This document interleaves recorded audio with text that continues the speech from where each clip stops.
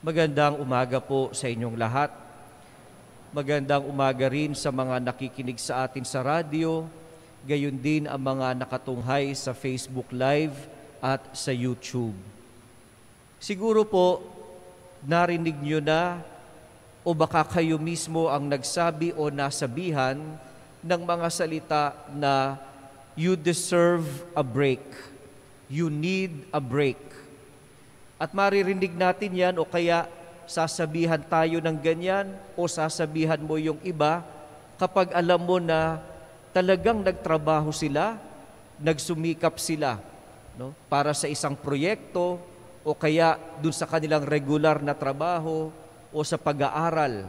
Kapag nakita mo na binuhos naman talaga ang sariling kakayanan, masasabihan mo, magpahinga ka muna, magbakasyon ka muna. You need a break. You deserve a break. At sa mga nakaranas na po ng ganyan na talagang, sige, magpapahinga muna ako. Reward ko na ito sa sarili ko. Regalo ko na ito sa sarili ko. At dahil nagpaalam ka naman, habang ikaw ay nakabreak, para bang maiinis ka. Kapag habang nakabakasyon ka, merong tatawag. No, galing sa opisina, may ipapagawa sa'yo, may itatanong sa'yo, kahit na alam namang nakapahinga ka, maiinis ka. No, alam naman na pahinga ako ngayon eh. No, kaya minsan, dead man na lang yung text o yung tawag, hindi mo na lang sasagutin. Kailangan ko to, I deserve a break. No? Pero siguro po, kaya ko naalala yan, dahil dun sa ebanghelyo natin ngayon, narinig natin yung mga alagad na ang pagkakalarawan ay bumalik kay Jesus at iniuulat ang lahat ng kanilang naisagawa at naituro. Bakit sila bumalik? No? Di ba last week, sila ipinadala ni Jesus ng dala-dalawa. Sinugo sila para magmisyon. At ngayon, bumalik sila kay Jesus para mag-report. Nag-uulat sila. At siguro excited ang saya-saya nilang sinasabi kay Jesus kung ano ang mga nagawa nila at naituro pagkatapos sila ay maisugo. Pero ang nangyari po, nag-uulat sila, siguro si Jesus, masayang nakikinig, pero kailangang matigil kasi napakaraming tao ang dumarating pa din at gustong makinig kay Jesus. Gustong matuto mula sa Kanya o baka may kailangan na pagpapagaling mula sa Kanya. Kaya ang pagkakasabi dito, ano pa at hindi na makuhang kumain ni Jesus at ng Kanyang mga alagad. Wala ng oras kumain sa dami ng taong pumupunta. Kaya dito naisip ni Jesus bilang pastol ng Kanyang mga alagad, nasabihan sila ng you need a break. Kailangan yung magpahinga. Kaya ano ang sabi niya? Magtungo kayo sa isang ilang na puok upang malayo sa karamihan at makapagpahinga ng kaunti. Yun lamang naman ang gusto niya, kaunting pahinga para sa aking mga disipulo, para sa aking staff na pagod at ang daming nagawa. Pero ano daw po ang nangyari? Napansin nung mga tao na paalis si Jesus at yung mga alagad. At parang alam nila kung saang direksyon pupunta sa isang tago at ilang napuok. Ano daw po ang ginawa ng mga tao? Nagsitakbo at inunahan pa sila. Baka nga may shortcut silang alam. Pagdating nila Jesus, nandoon pa rin yung mga tao. Siguro nga, sabi ko sa inyo kanina, kung ikaw yung ganoon na magpapahinga at humahanap lang ng kaunting break, tapos biglang nandoon pa din yung mga taong mangiistorbo sa iyo, siguro may inis ka. Magpapahinga nga kami, break nga namin ngayon, ano ginagawa nyo dito? Uwi na kayo. Pero kay Jesus, iba. Nabago ang Kanyang plano at ng mga alagad. Kasi nung nakita niya yung napakaraming tao na nauna pa sa kanila, sa kanilang resting spot, ano ang sabi ni Jesus? Para silang mga tupa na walang pastol. At sila'y tinuruan niya ng maraming bagay. Give up muna yung break time. Mga kapatid, kapag ka daw po isinasakripisyo mo yung para sa iyo upang makatulong sa iba, yan ang tinatawag na shepherding. Yun ang tinatawag na pagpapastol. If you can sacrifice what you deserve for the sake or for the benefit of others, that is being a shepherd. Kaya kung ang mensahe po nitong ating pagbasa, yung unang pagbasa lalo na at itong ebanghelyo, ay tungkol sa pagpapastol, sino kaya ang tinutukoy dito? Pwede po nating sabihin, baka ang gustong itukoy ni Jesus, yung mga naglilingkod noon na religious leaders. Sila ang mga pastol. So ang tinutukoy niya yung mga saserdote, yung mga pariseyo, yung mga naglilingkod sa templo at sa mga sinagoga. Yun kasi ang mga religious shepherds, authorities nung panahon na yun. Pero kung ganun po ang iisipin natin, ang pagninilay natin mauuwi sa, ang tinutukoy ni Jesus ngayon ay yung mga lingkod ng simbahan, ang Santo Papa, ang mga obispo, ang mga pari. O pwede nating isipin, ang pagpapastol na yan, tungkol yan sa mga civil authorities, yung mga namumuno sa bayan nung panahon ni Jesus.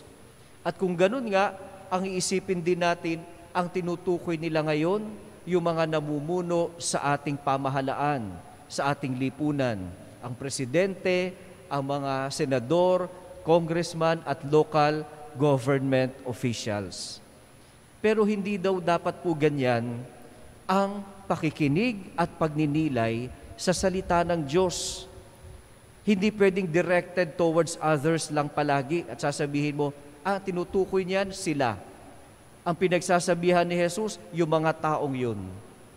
Ang kailangan daw po when you reflect on the gospel, on the Word of God, you need to find yourself and situate yourself in the gospel. Kung talinhaga iyan, ano yung mensahe sa iyo ng talinhaga na ito? Nasaan ka dun sa kwento? Saan ka makakaugnay sa kwento na yan? Kaya nga, ang kailangan tignan, bakit ito sinasabi sa akin kung ito ay tungkol sa pagpapastol?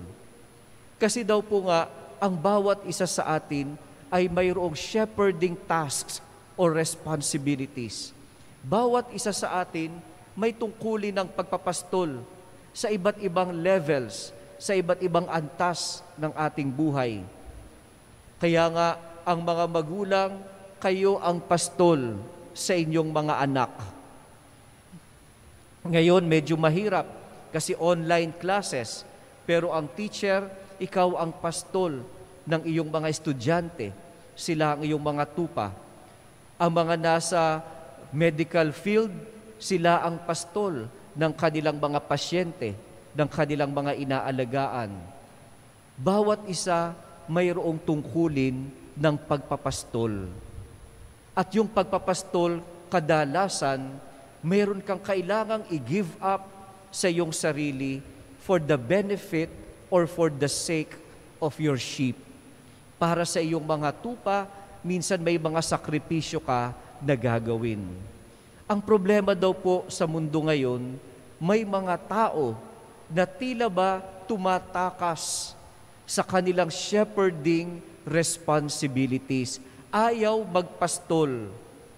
O hanggat maaari, very minimal yung ibibigay nila mula sa kanilang sarili.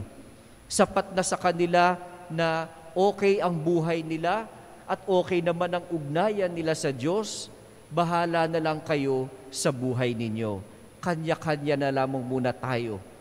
Alam niyo po, noong 2017, si Pope Francis, nung time po na yan ay wala pang pandemic. Pero meron siyang isang pagninilay o panalangin noong 2017 na parang akbang-akma sa panahon ngayon. Kasi ang sabi niya doon sa kanyang panalangin, ang problema sa mundo ngayon ay isang virus. Again, wala pang pandemic noong 2017, pero ano ang sabi niya? It is the virus of indifference. Yung virus ng kawalan ng pakialam o malasakit sa kapwa-tao. At nakakatakot daw yan kapag ang lahat wala na lang pakialam sa iba. Kasi parang nakakahawa kapag nakita mo yung isa, tingnan mo itong taong to, sarili lang ang iniintindi, tahimik ang buhay. Gagayahin ko na lang yan. Wala na lamang din akong pakialam. Basta okay ako sa Diyos at okay ang buhay ko. Kanya-kanya tayo. Virus of indifference. At ano ang sabi ni Pope Francis? How do you combat, how do you conquer this virus? Sabi niya, through antibodies from the gospel. At ano yung antibodies na yan? No? Kung sa pandemic ngayon, yung virus natin ay yung COVID, yung antibodies, madedevelop yan sa pamamagitan ng vaccine, ng bakuna. No, kaya nga po ang goal natin ay herd immunity. No, lahat ay mabakunahan para mapuksa o matigil, ma-slow down yung virus. Sabi niya, kung yung virus of indifference ang problema ng sangkatauhan, kailangan natin ng antibodies from the gospel. At ang pangunahing antibody dyan ay yung awareness of our shepherding tasks. Kapag ikaw ay mulat na ikaw ay isang pastol, hindi ka mawawala ng malasakit at pakialam sa iyong kapwa-tao. At nakita po natin yan nitong mga nakaraang mga buwan. Nung nagsisimula lamang po yung pandemya, no? Nakikita ko sa social media, sa balita, sa mga news channels, di ho ba, nung nagsimula ang pandemic, no? Naalala nyo ba kung magkano ang isang mask? No? Umaabot yata ng 100 pesos. Ano? Ang face shield, lalo na, ang mahal. Yung mga suot nyo ngayon, magkano na lang? 15 pesos, 10 pesos. Pero nung nagsimula iyan, napakamahal. No? Pero makikita mo sa TV, makikita mo sa social media, may mga tao, kasi nagkakaubusan pa noon, no? Anong ginagawa nila? Nasa katayo sa mga gilid ng kalsada, nagpapamigay ng face mask dun sa mga wala ng mabilihan. Hindi kalaunan, naging problema natin pagkain. Anong nangyari? Nagkaroon ng mga community pantry. No? O bago pa yun, yung mga ayuda. Nagpapadala ng mga ayuda sa mga nahihirapan na. Tapos nagkaroon ng community pantry. Yung mga tao magdo-donate ng pagkain at yung mga wala, pwede silang kumuha. Magbibigay at kukuha ng kung ano ang kailangan. May nakita pa po ako sa social media. No, ano ang ginawa naman niya? Parang community pantry din, pero doon sa harap ng kanyang bahay, naglagay lamang siya ng mga maiinom at mamimerienda at nakalagay doon sa sign para sa mga service delivery, yung kanilang linya. Yung mga nagdadala ng pagkain, nagdi-deliver ng pagkain at grocery sa mga bahay. Kasi minsan sila yung dala ng dala, deliver ng mga pagkain sa kung saan-saan, sila mismo hindi pa kumakain. Kaya yun yung target niya. Lahat ng madaan sa bahay nila na mga nakamotor o magdi-deliver, pwede munang kumuha. At yun ay pagpapastol. Yun ay isang paraan to conquer the virus of indifference. Yung pwede namang safe na lang ako sa loob, pero hindi. Gagawa ako ng hakbang para makatulong sa iba. Kahit na ako yung na-inconvenience, tulad ni Jesus at ng mga alagad na magpapahinga na lang sana muna. Pero kailangan pa rin nilang magmalasakit sa iba dahil tila sila mga tupa na walang pastol. Mga kapatid, ang paalala ng mga pagbasa ngayon ay tungkol sa tungkulin ng pagpapastol ng bawat isa. Magandang tanungin po yung ating mga sarili. Gumagawa ba ako ng mga hakbang para mapuksa ko itong virus of indifference? Yung kawalan ko na lamang ng pakialam sa iba.